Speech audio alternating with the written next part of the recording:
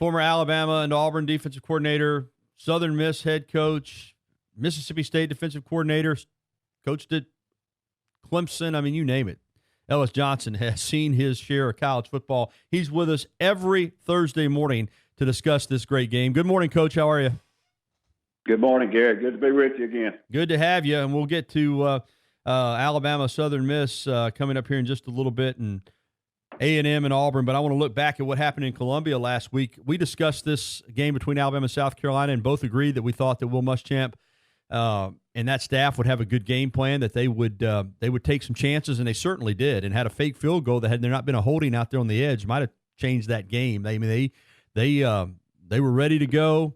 Helinski, the freshman quarterback, gets the ball out of his hand. They move the ball up and down the field. In the end, didn't have enough ammo. 47-23, Alabama wins it. But it was an entertaining football game, I thought, there in Columbia. What was your takeaway from it? Well, it was, and I think that the problem is Carolina, to play with Alabama, they had to make most all of their critical plays. They couldn't afford to have any of those 10 to 12 plays in a game that kind of make or break you. They needed all of them to go their way just about, and it didn't do that. You've already mentioned two or three of the things that happened early in the game. And if you turn a few of those around, I think they got a chance to be in the game in the second half and play a little better going down the stretch. But they've got problems right now stopping the run, and I think that, they did a little better job against Alabama, but I don't think that was really Alabama's objective. It looked like to me they were trying to take advantage of their secondary, and that was the approach to their offense. But if South Carolina cannot get this run defense solidified, it's going to be a long season. Alabama, on the other hand, I think it's obvious they've got a little bit of youth on defense. And the Helinski kid is really a good player. He is. It's obvious, even though he's a freshman. He was able to throw that ball around on him, and I think there's obviously some things that were exposed a little bit. But I think those young kids keep getting better. They're going to be fine on defense too, and obviously offensively they just light people up. Yeah, Alabama could start 4 true freshmen on defense this Saturday against USM. But you're right, on the offense with Tua, 28 of 36 for 444, 5 touchdowns, no picks. I mean, he carved them up. And the beauty of this offense is, they may not be the traditional Alabama lineup in tight formations and knock you off the ball with the run game, but both those backs, Robinson and Harris, are good in the passing game. You get them out on the perimeter in space, and they're really, really good. And the best thing is that Tua can throw it 5 yards, and the play can go for 85 with these receivers. They're phenomenal. That's right. And a lot of those plays are really almost like running plays. It gets them the ball out in space as opposed to up in the box. But the bottom line is they're catching the ball behind the line of scrimmage or, very short and turning it into long gainers. And I really think, obviously Alabama is young, but Carolina's throwing game is legit. They have a good core of receivers. They don't have the speed of like an Alabama or Georgia or even a Clemson, but they've got 4 really good and dependable receivers, including their tight end, and he's making some critical catches. So it was a passing game that I think, really stressed Alabama a little bit, and not because Alabama's not good in that area, but because I think Carolina's got a chance to be a really good passing team this year. Coach, do you think, and I really liked Jake Bentley. I mean, he was a fabulous quarterback, but it appears to a lot of people, maybe me included, after watching that game last Saturday, that they're going to be better with Helinski than they were with Bentley. Do you agree? It's possible. I think, he's going to play his first road game, SEC road game this week.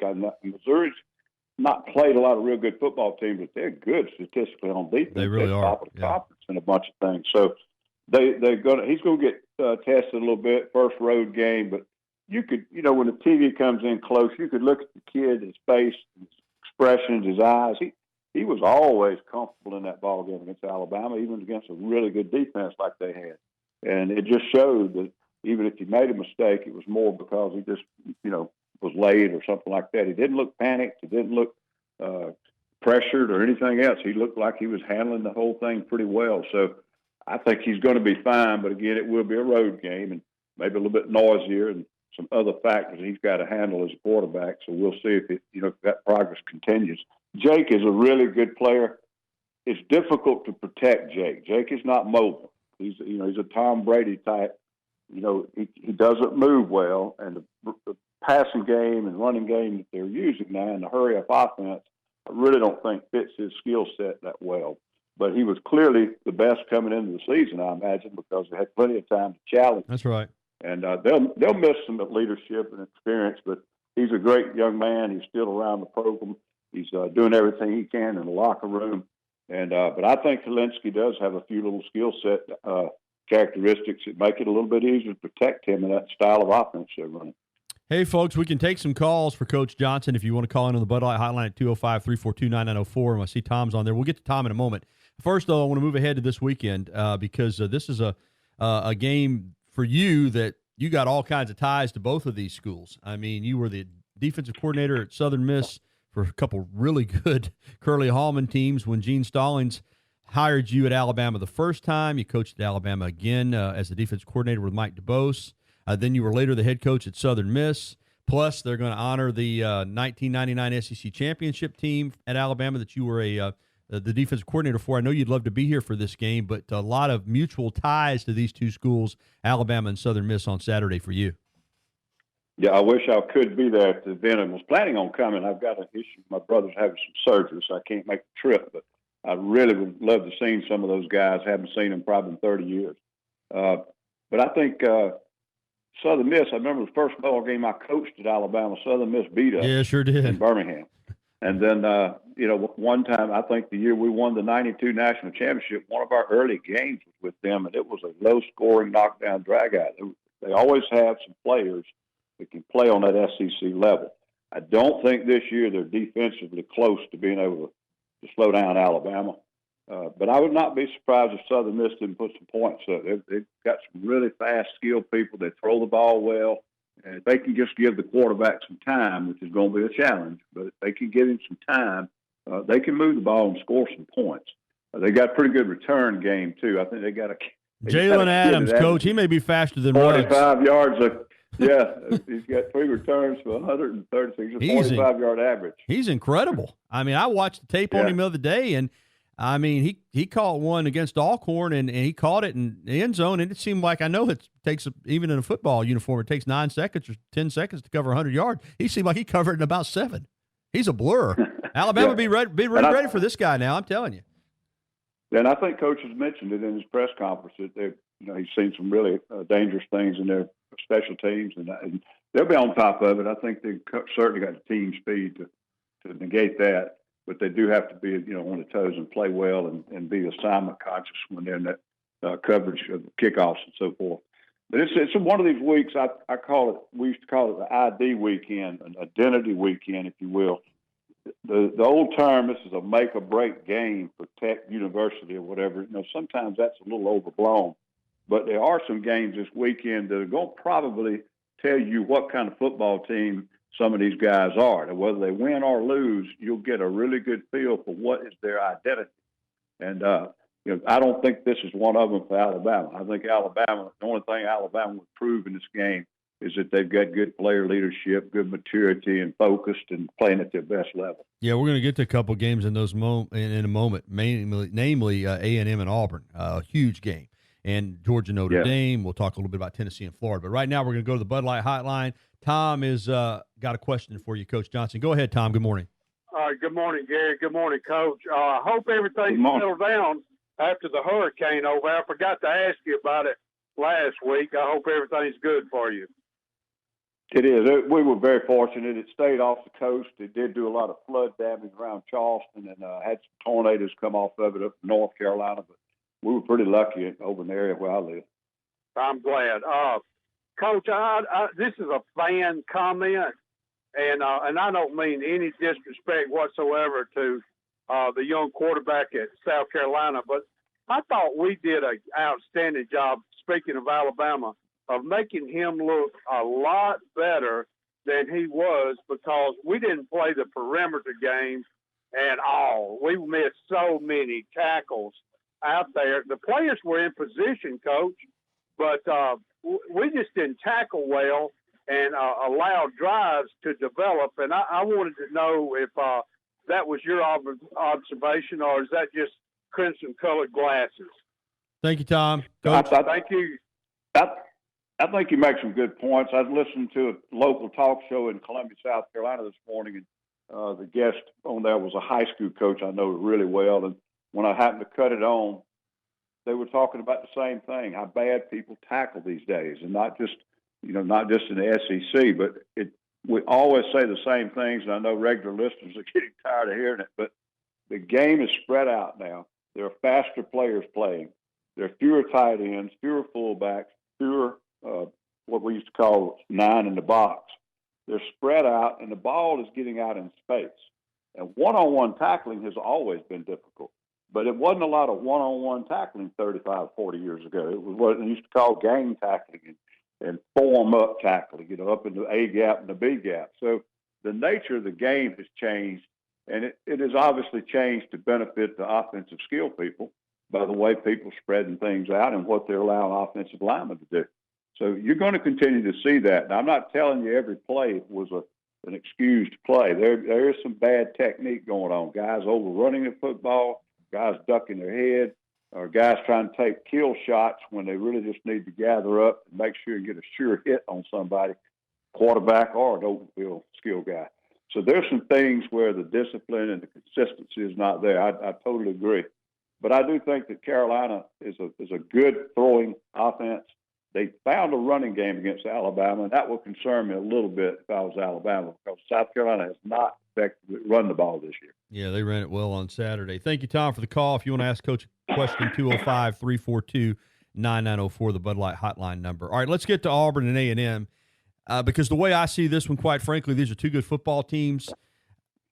Both have, I think, designs on being a factor in the West. I think the winner's in good shape. I think the loser's out. I just think if you lose this first SEC game of what you have left in front of you, I just don't see it happening. I almost look at this, even though it's the first SEC game of the season, Coach, as an elimination game for these two teams. I really do. Winner, everything's in front of them. The loser, I just think they'll be too steep of a hill to climb. You agree? Well, especially for A&M, they've already lost the ball game.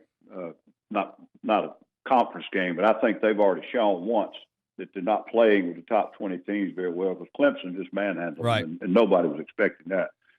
Neither one of them, other than that game, have played very good competition, except Auburn, on the other hand, had a big victory against Oregon. So if you look at the two games that really tested these teams, Auburn passed the test with a true freshman quarterback in a neutral site. Texas A&M's got their quarterback back, and they look basically inept against Clemson's defense. And it really surprised me, because I heard a lot about their offensive front. And Mon came along last year toward the end of the season, but he does not look like he's running the complete package in that style of offense that Jimbo likes.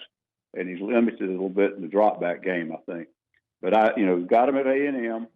I think this is one of those I was talking about a while ago. It's an identity game for both of these programs. Everybody's trying to say A&M's getting back where they're challenging. This will tell you whether they are. Auburn's had one big victory over a top 20 team. If they can go on the road and get another one, I think that's a huge identity. That tells you they could handle that Florida, LSU, Alabama, Georgia.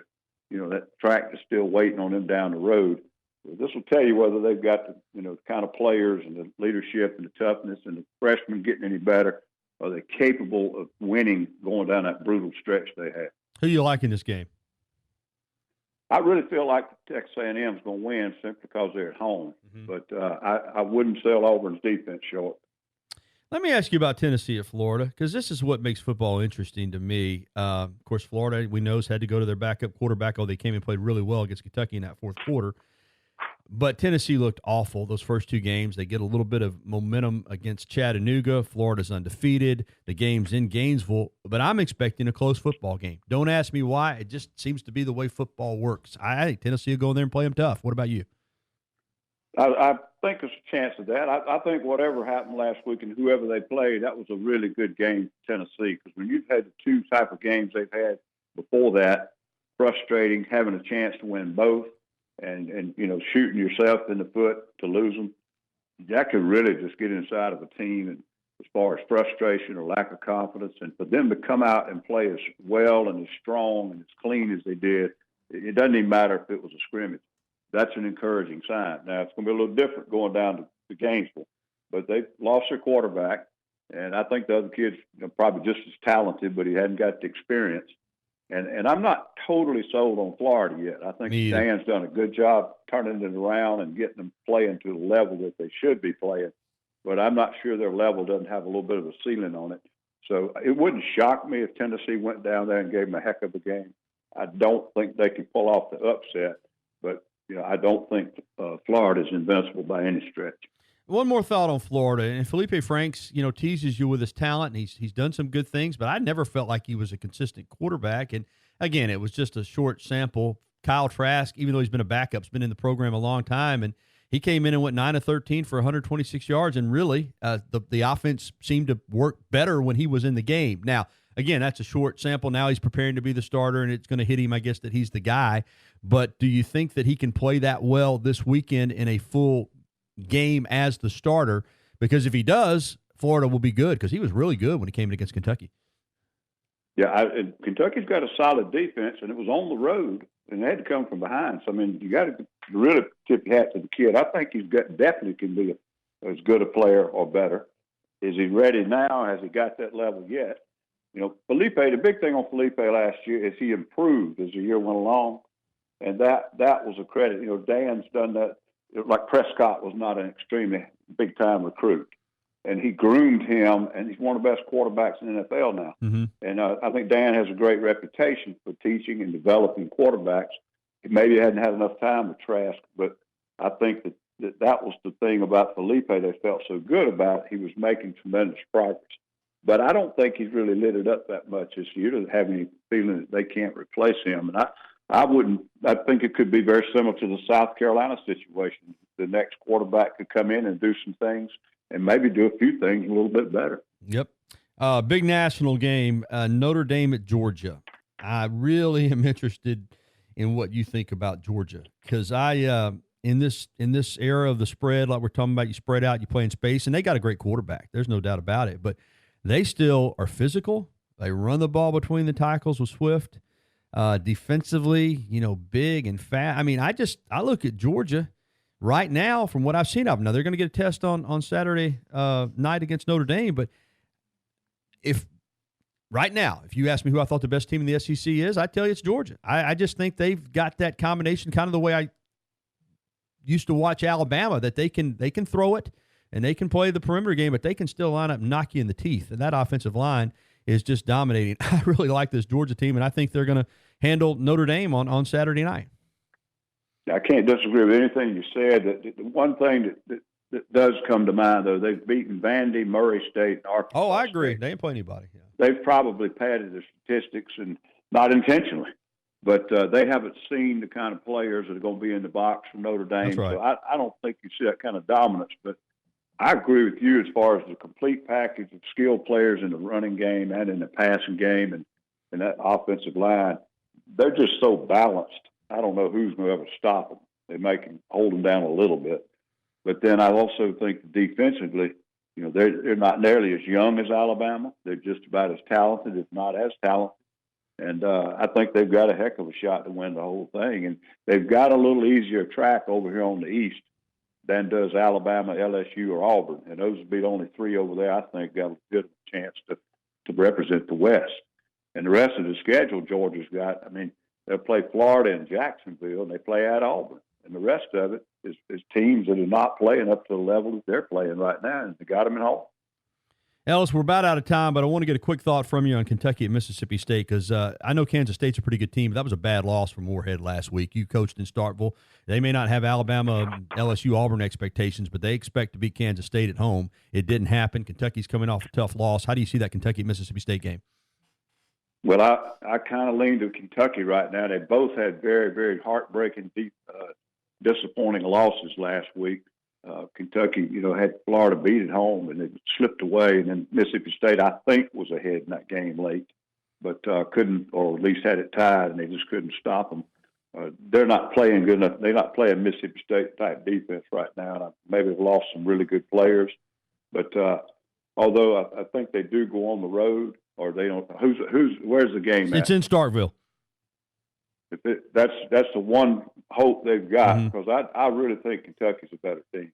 Yeah, going to be an interesting weekend here in the SEC. Wish we could go in a couple more games. We're out of time. Coach, enjoyed it as always, and we'll talk to you next week. Hate you can't be in Tuscaloosa this weekend, but I know there'll be a lot of people that you'll be in a lot of conversations, I'm sure, when those guys get together. And a lot of it ain't going to be good, I'm sure, those former players. Thank you, Coach. Thank you, Gary.